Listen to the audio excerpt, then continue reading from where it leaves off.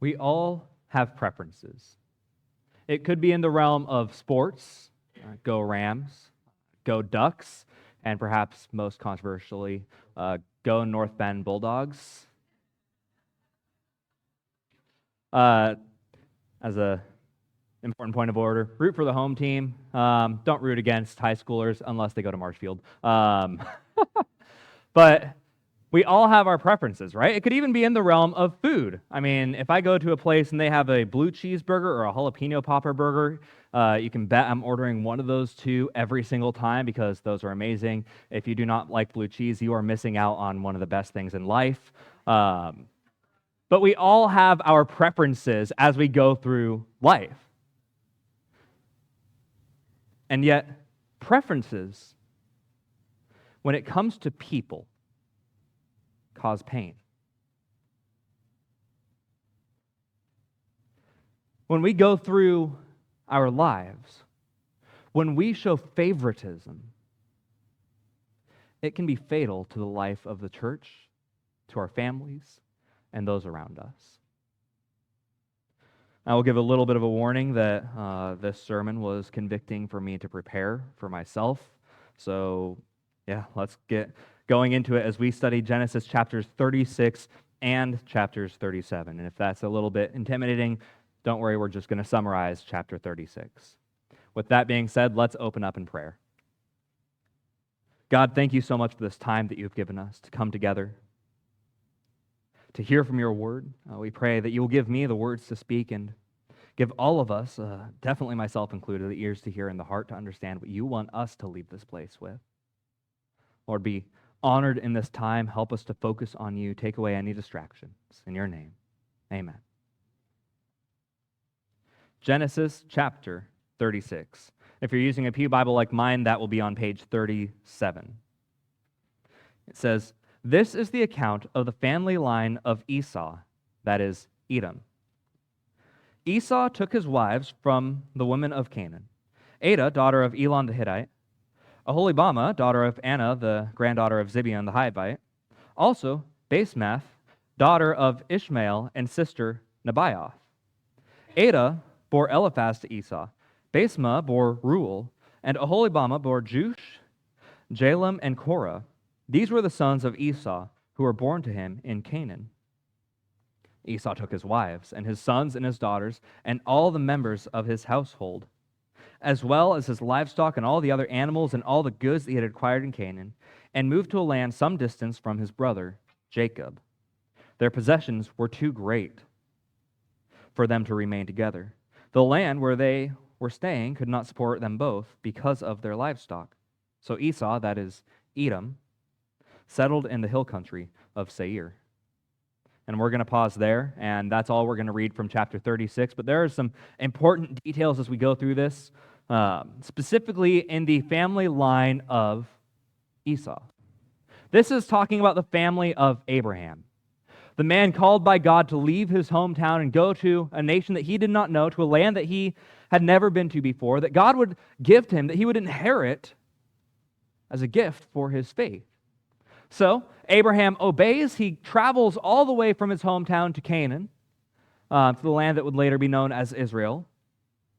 He goes there. He settles down there. He has a wife, and God promises that they will have children. And after a while, he gets discouraged, and on his wife's recommendation, has a child with her slave. Really messy situation. Nothing to emulate in that whatsoever. Afterwards, the situation gets even more messy as Sarah, Abraham's wife, says, "Hey, get that slave woman out of here," and they exile her and her child to the desert to die. Again, messy situation, nothing to emulate there. And we see God actually stepping in and protecting Hagar and this child. This child's name was Ishmael, in order to provide for them, as they too were descendants from Abraham. God blessed Abraham so much. God continued to work with him. God continued to watch over him to the point where Ishmael, even his descendant, the one outside of the promised lineage, became a nation and had nations come from him. That Ishmael himself, the one who was excluded, became ingrained in some way. That God blessed him, that God provided for him, that God protected him. And many nations came from Ishmael. We also see after that, Abraham had other children after the promised child Isaac was born. After his wife Sarah passed away, he found another wife and had 6 more children, because what else are you going to do at 100 years old? And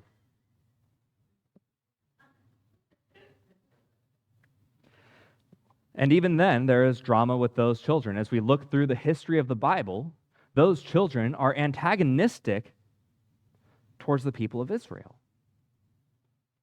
It continues on as Abraham's son Isaac has 2 children, Jacob and Esau, who we've been talking about for a while. And Jacob and Esau, as we know, have a lot of infighting amongst themselves. Part of that, then, is the idea that Isaac favored Esau. He liked him. He showed partiality towards him, while Jacob was favored by his mother, Rachel. And so these two were bickering, and they did not get along, and there was deception and lying, and all of it was pushed along by the favoritism of the parents towards each of them, to the point where Esau was cursed and his birthright stolen from him by Jacob at the urging of Rebekah. And so, because of that, Esau vows to murder Jacob, as we have talked about before. They separate for a while, come back. They actually get reconciled. And yet we see in this passage that I just read that after a while, the land becomes untenable. And instead of expanding their borders and clinging together, they split apart. And Esau goes to the land of Seir, which is southeast of where Jacob is. It's in the land of Jordan. You guys might know the town Petra, an amazing old city built into a mountain. Incredible. Look it up if you get the chance. Not right now. And he builds the civilization. And we see later on in the chapter of Genesis 36 that Esau and his descendants intermarry with the people of the land, that they intermarry with the people of Seir, and they grow to be a powerful nation with kings and powerful people descending from them. They grow so much into the land of Edom, the nation of Edom, that they become an international powerhouse and even outlast Israel and Judah, to the point where they actually aided the Babylonians in destroying God's chosen people. They didn't last much longer after that, as they are a lost nation at this point. But they were a strong nation that was at times antagonistic to the nation of Israel, to the nation of Jacob. So, Esau grew, and we see in this passage God's protection of him. That he was not left and abandoned by his own, that he actually did carry on and do good things with his life. That God blessed him, that God worked through him, and God grew his people. So what do we learn from this? Well, we learn that God fulfills his promise. God promised all the way back to Abraham that Abraham would be the father of many nations, not one nation, but many nations. And we see that with Ishmael and his descendants, and the many nations that came from Ishmael. We see that with Edom and the kings that come from him that we can see in the end of chapter 36. God is fulfilling his promise even though there is a separation. So we see some favoritism kind of all throughout. Abraham towards his son Isaac and against his son Ishmael and the others. We see Isaac towards his son Esau and his wife towards his son Jacob. Which brings us pretty squarely to chapter 37. Just as a recap, more family drama, as family drama will kind of be the name of the game for this chapter. Jacob, after fleeing his brother Esau, found a woman that he wanted to marry and was deceived into marrying her sister, Leah. And immediately he's like, okay, well, I'm fulfilling my requirements to Leah, and then immediately marrying Rachel. And that causes no end of pain and suffering. Because, well, it says many times that Leah was the unloved wife. The wife that he married first, the wife that should have been his only wife, the wife who, by the way, the promised lineage of Jesus would come through, came through Leah. And yet, she was the hated one. And so Rachel and Leah, they are together. They are at odds with each other. Oftentimes, Leah, she had a lot of children through Jacob, and the names of her children were inspired by, well, maybe now he'll love me. Oh, now that I have a second kid, now he'll give me attention. Oh, now that a third, he has to care for me more than her, right? Many of those names along that train of thought. Tragedy. Continues on where Jacob actually marries their slaves as well. So he has 4 wives, 6 children, or 6 sons through Leah, and 2 through the other 3. So if you guys could suspend disbelief a little bit, we could imagine that that would cause family drama. Actually, that's not hard to believe. So let's continue reading in Genesis 37, starting in verse 1. It says, Jacob lived in the land where his father had stayed, the land of Canaan. This is the account of Jacob's family line. Joseph, a young man of 17, was tending the flocks with his brothers, the sons of Bilhah and the sons of Zilpah, his father's wives. He brought their father a bad report about them. Now, Israel loved Joseph more than any of his other sons, because he had been born to him in his old age, and he made an ornate robe for him. When his brothers saw that their father loved him more than any of them, they hated him and could not speak a kind word to him. Joseph had a dream, and when he told it to his brothers, they hated him all the more. He said to them, "Listen to this dream I had. We were binding sheaves of grain out in the field when suddenly my sheaf rose up and stood upright, while your sheaves gathered around mine and bowed down to it." His brothers said to him, "Do you intend to rule over us? Will you actually rule us?" And they hated him with all the more because of the dream and what he had said. Then he had another dream, and he told it to his brothers. "Listen, I had another dream, and this time the sun, moon, and 11 stars were bowing down to me." When he told his father as well as his brothers, his father rebuked him and said, "What is this dream you had? Will your mother and I and your brothers actually come and bow down to the ground before you?" His brothers were jealous of him, but his father kept the matter in mind. And we're going to pause there, because as you saw, there is a lot happening in this section. We see, first off, that Jacob stayed in the land where his father had lived, stayed in the land of Canaan, even though Esau had went off to this other land.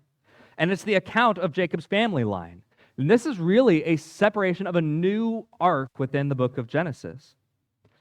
And it starts off with a young man named Joseph, 17 years old, a teenager.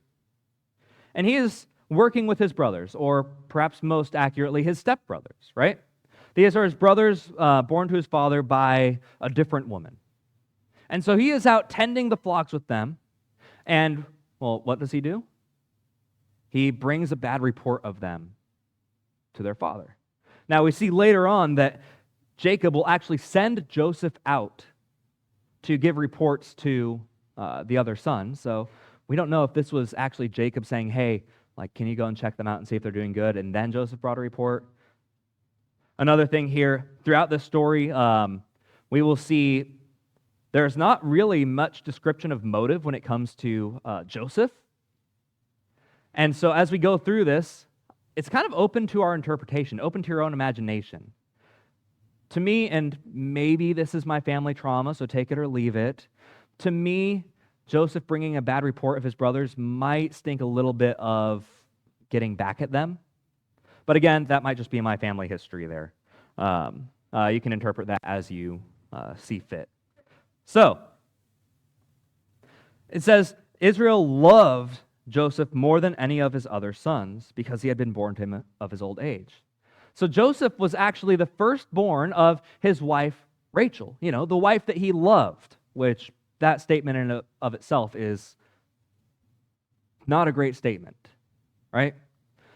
So he prefers Joseph, his son, over any of the other ones because, well, one, he was a son of the wife that Jacob loved, and two, because, well, he was born to him in his old age. You see, Joseph was one of the youngest. The only younger son that we know of is his biological brother Benjamin, who was born just a couple chapters ago.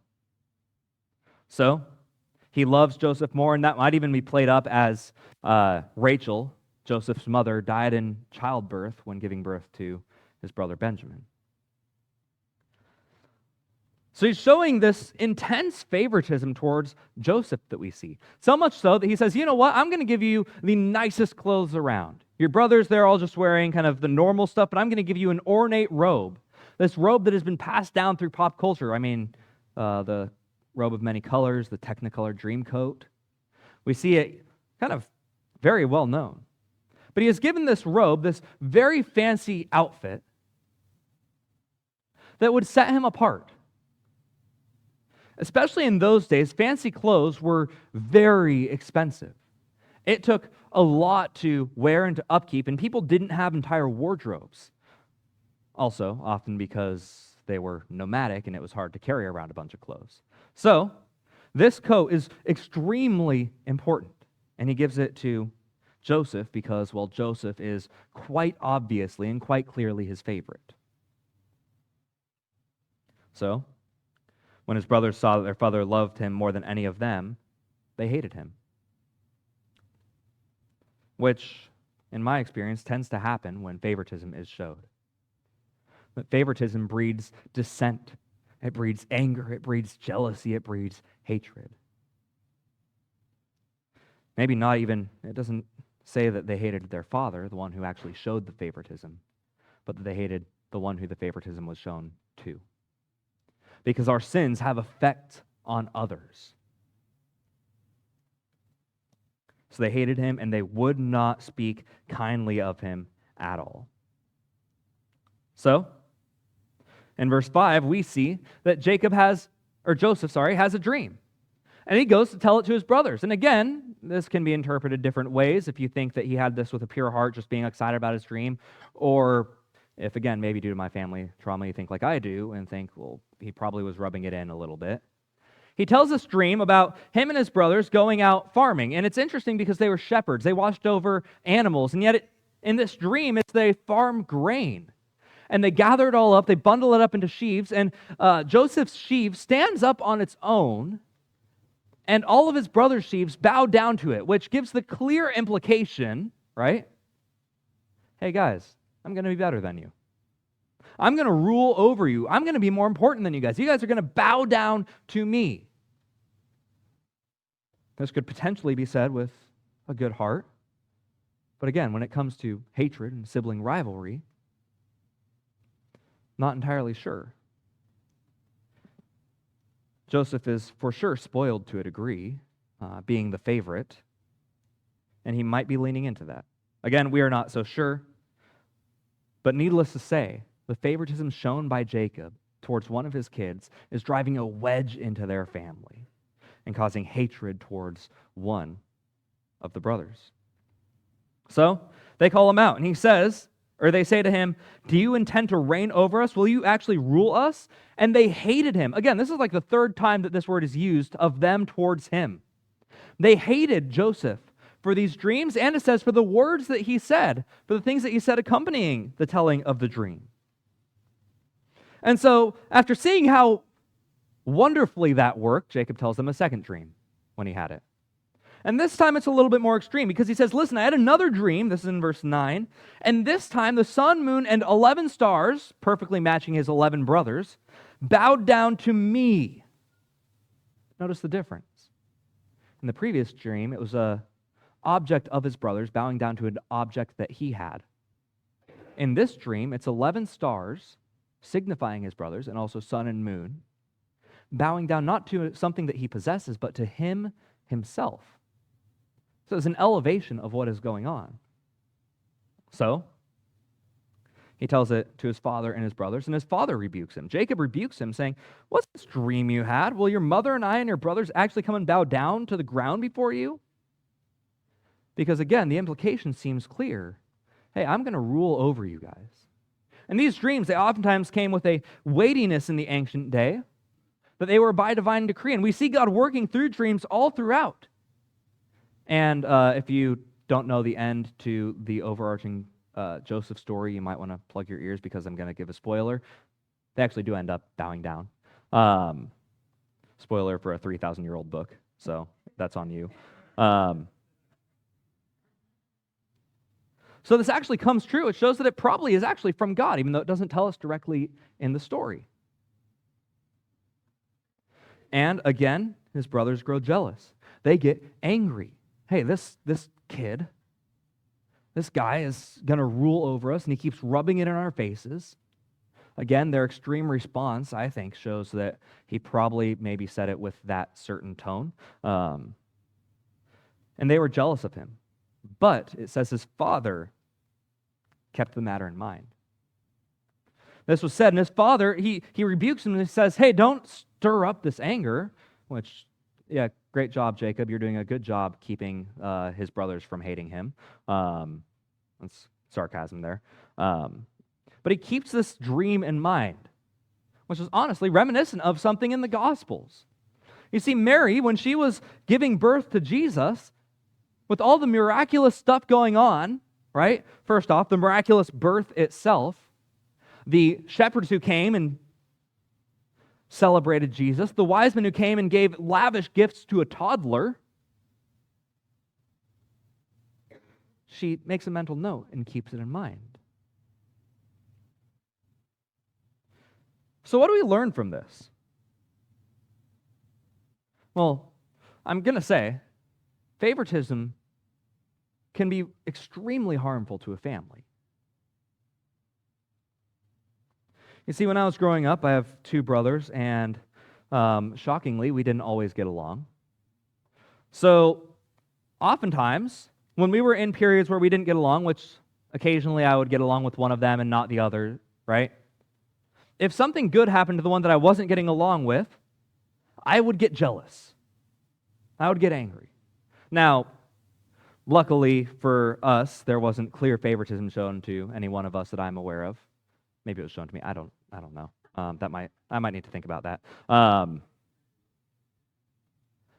But that would only exacerbate this intensity of something good happens to my brother, and I get jealous. Hey, why is he getting the attention? Why is he the popular one? Why does everyone like him? I see him when he's alone. He's not a great guy. Of course, I wasn't either.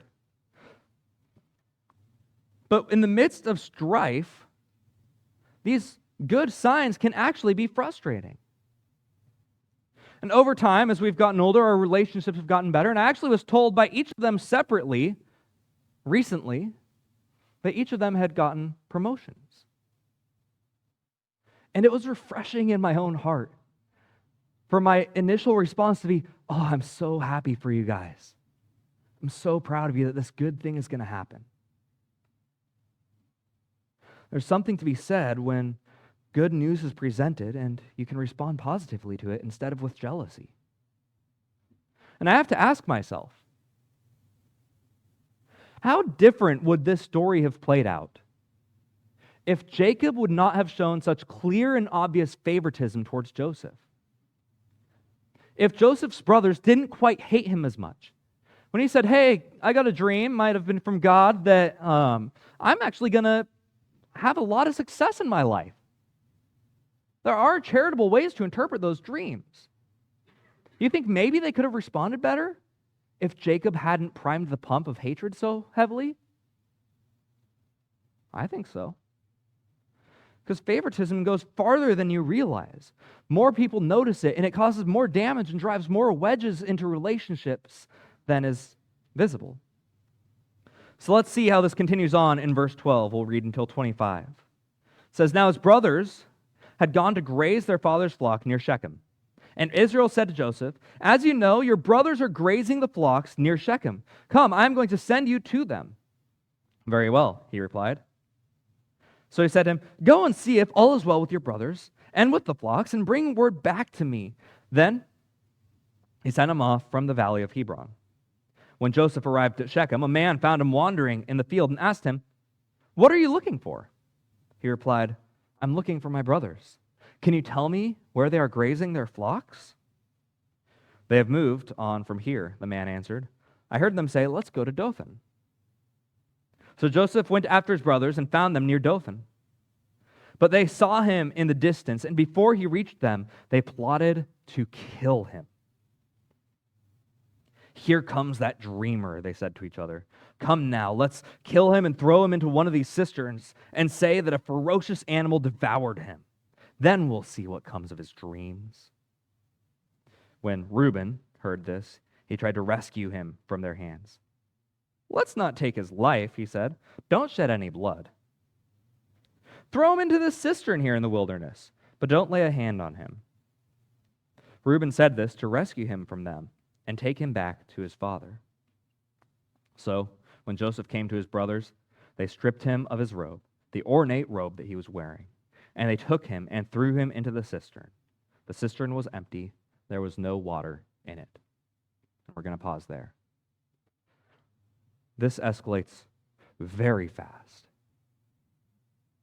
You see, this hatred boils over so much that when they actually see Jacob or Joseph again, they actually plan to murder him, to murder and cover it up. Again, there's no speculation. This is bad, right? So they have this plot, and it says that Jacob actually sent Joseph out to find his brothers, to go on this report. Again, maybe as a spy mission, as a parent, like, hey, go and check in on them, see how they're doing, see if they're getting into trouble. But Joseph goes, and he makes the 50-mile trek from Hebron to Shechem, which if you've been with us for a little bit, the name Shechem might raise some alarm bells in your head, as that is where Jacob's family settled, opposed to actually going where God told them to go, and where some tragedy befell their family, and their family reacted by committing a genocide. Again, not good. So they are grazing near Shechem, and Joseph goes to find them. He finds a man wandering around and hears that, okay, they're actually 15 miles further down the road in Dothan. So he goes on and he takes this trip, this probably about a 3-day trip, to find his brothers. And while he is in a distance, his brothers look out, and I believe, probably because he was wearing an ornate multicolored robe, saw him long before he approached them. Quite possibly, potentially, this robe that he was wearing that had driven a wedge into their family is what gave him away.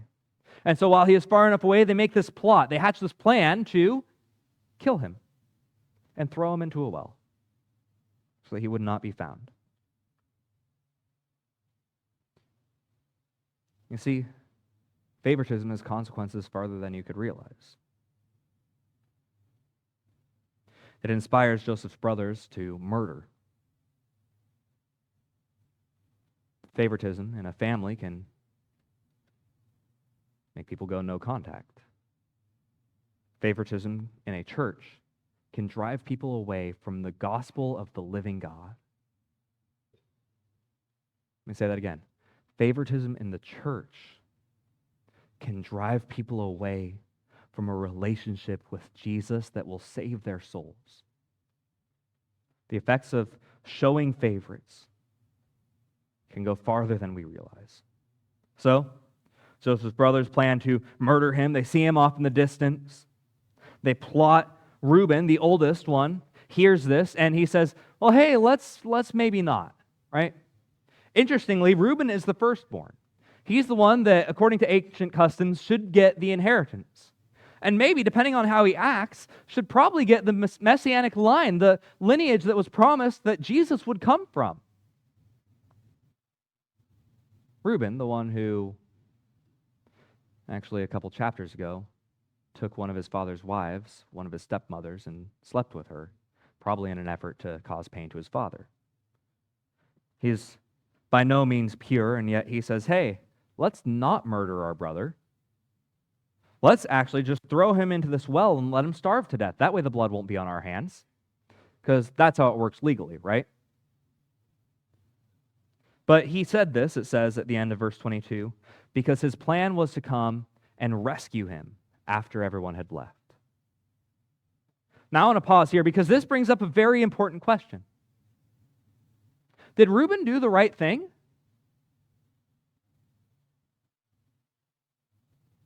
Yes. right?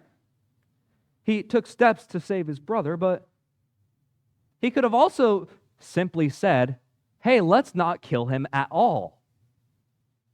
Let's not throw him down a well. Hey, guys, let's welcome him in and let him help us tend the sheep. Right?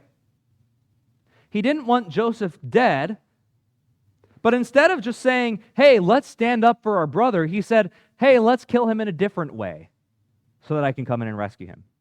You see, Reuben only went halfway. And maybe, if you would have held his ground, some of the tragedies that we'll read of wouldn't have happened.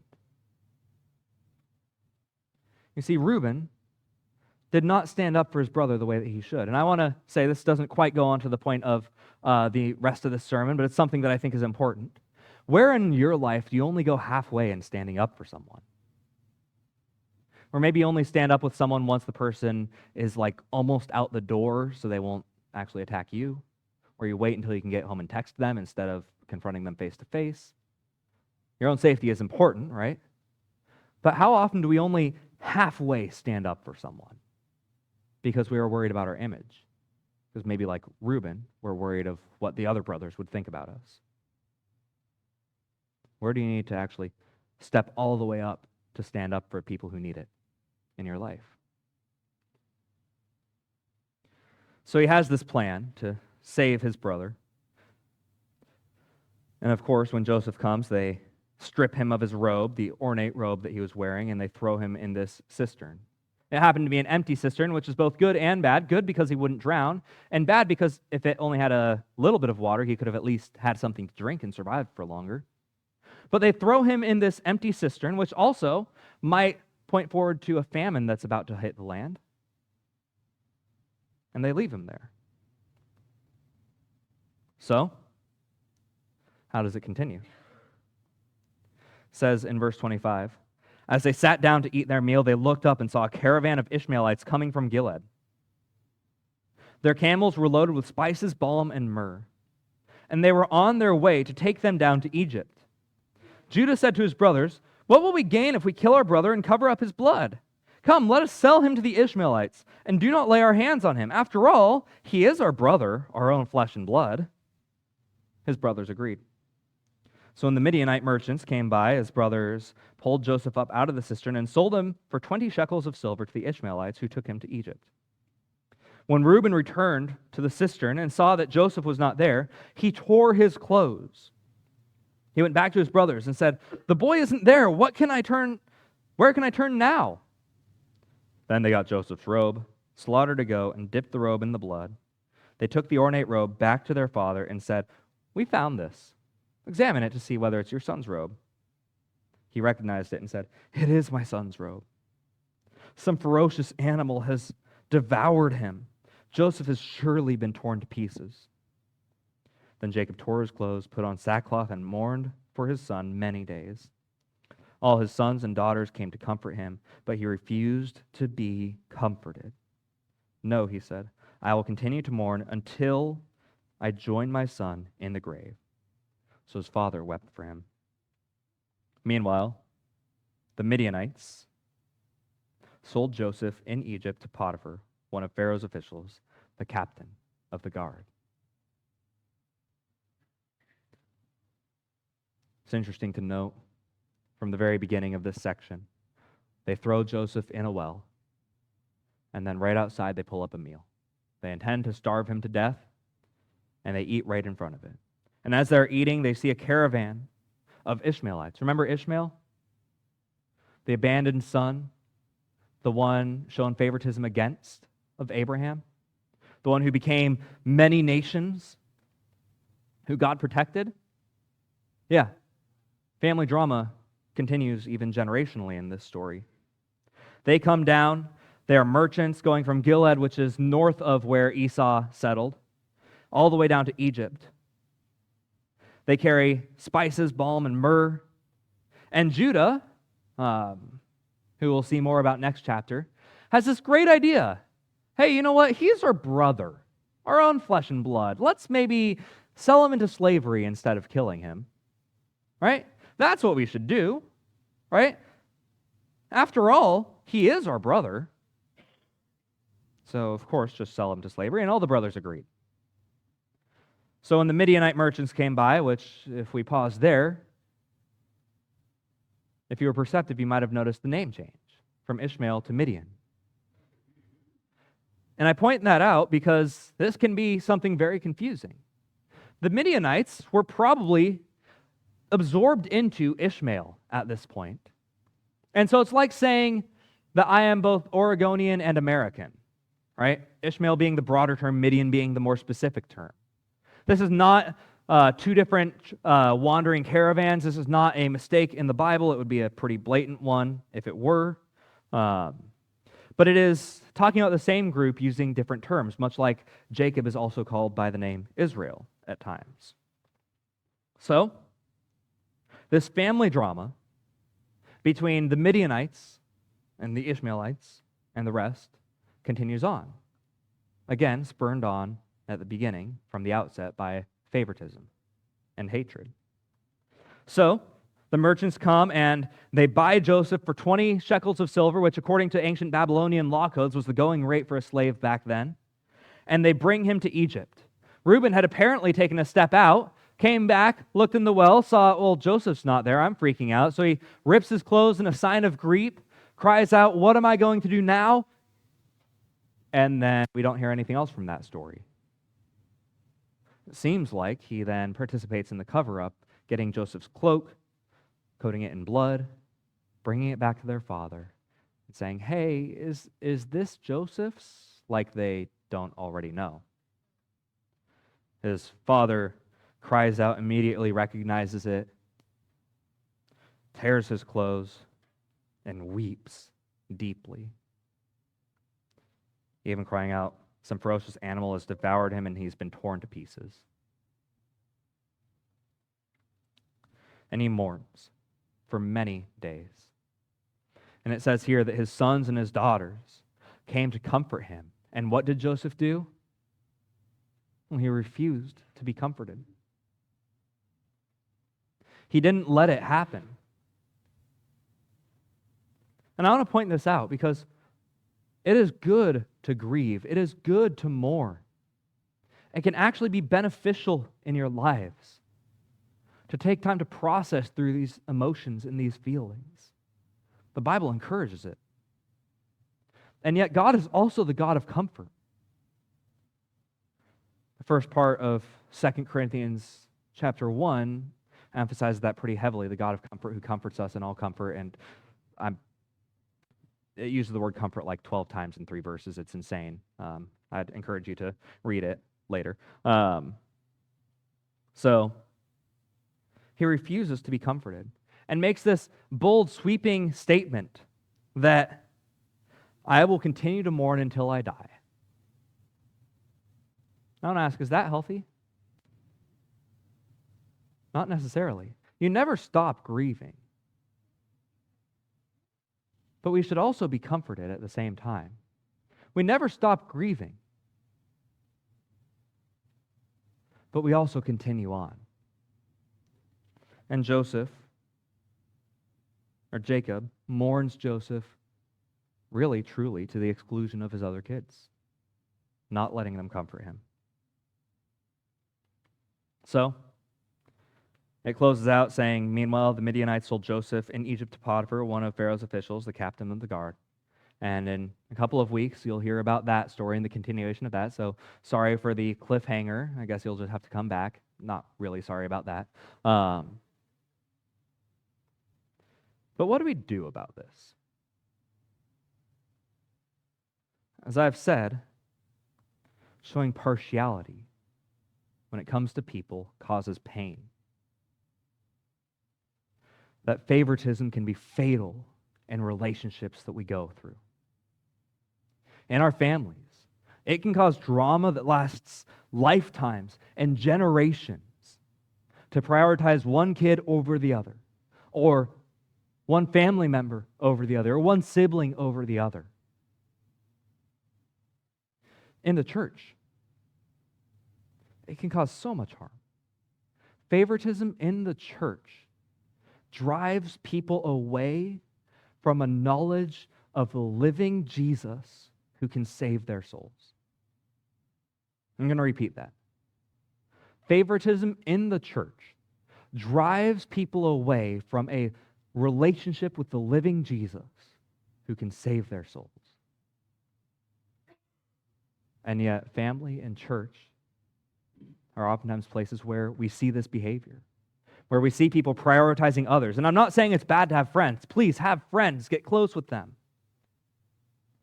But are you only hanging out with the same people week in and week out? Or are you expanding to others? Are you letting people in? This, by the way, can be both passive and active. Maybe you don't realize that you're showing favoritism. You have your friend group and you're happy with that, so you don't want things to change. But you're also not letting people in and excluding people at the same time. Maybe it's more active. You're actively excluding people. People that you don't like. People that you hate. So I want to ask you guys to examine your life, because honestly, this is something that I struggle with. And there are people I know who feel excluded based on my behaviors, and I want to apologize for that. If you felt that way, sorry. I really am.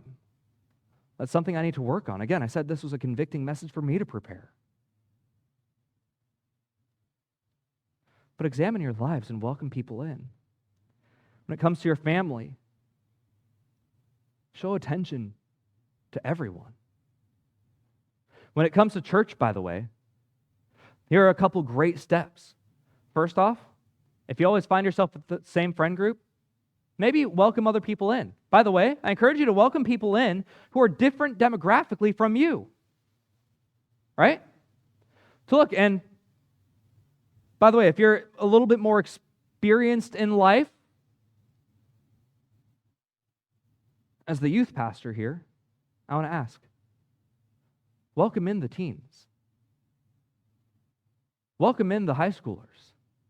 Talk to them. I promise they're not that scary, right? Right? They're not that scary, guys. Trust me. Sometimes. But welcome them in, guys. Care for them. By the way, for you students, seek out those people who are more experienced in their lives. They have wonderful stories. One of the great things about getting older, and yes, that's me saying one of the great things about getting older, is age stops becoming a factor when it comes to friendships. I have amazing friends who are twice or 3 times my age now, and it is wonderful to see. But welcome people in. Another thing, we have small groups out in the welcome room. I want to encourage you guys to look over that and sign up for something. If you've been going to our small groups at this church for a while, and you've been going to the same one over and over and over again, my encouragement, invite someone else to join. Welcome more people into the fold. Or maybe even join a second one if you need. Get out of that bubble or welcome people into it. If you haven't been into a small group, I encourage you to look at that and to sign your name up and to join and get connected, because those are where a lot of relationships are really developed. And you can get out of your bubble simply by signing up for one.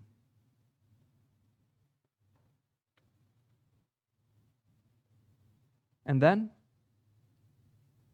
who do you need to stop intentionally excluding? I know for some of you, a name came like that to your mind. And for a lot of you who that name came immediately, your thought is, really? Do I have to? As we see, favoritism is fatal in the life of the church. Partiality causes pain when it comes to people. Who do you need to reach out to bridge these gaps? Because oftentimes those people you don't like, if you get to know them, they might actually become a close friend. So people like that. I have someone like that right now who I really didn't like, and now they're one of my closer friends that I have, and it's incredible to see that relationship grow and continue to grow. Who do you need to include that you've been intentionally leaving out? I'll end on one statement as we close in prayer. That person who is not included, that person who you're showing favoritism against, Jesus died for them. And if Jesus cared for them that much, who are you to exclude them? Let's bow in prayer. God, thank you so much for this time and this day that you've given us to come together. God, thank you for your word, the reminders and the conviction that it gives us. We pray your blessing over us, that you will guide us as we go throughout our days. Lord, just thank you. In your name, amen.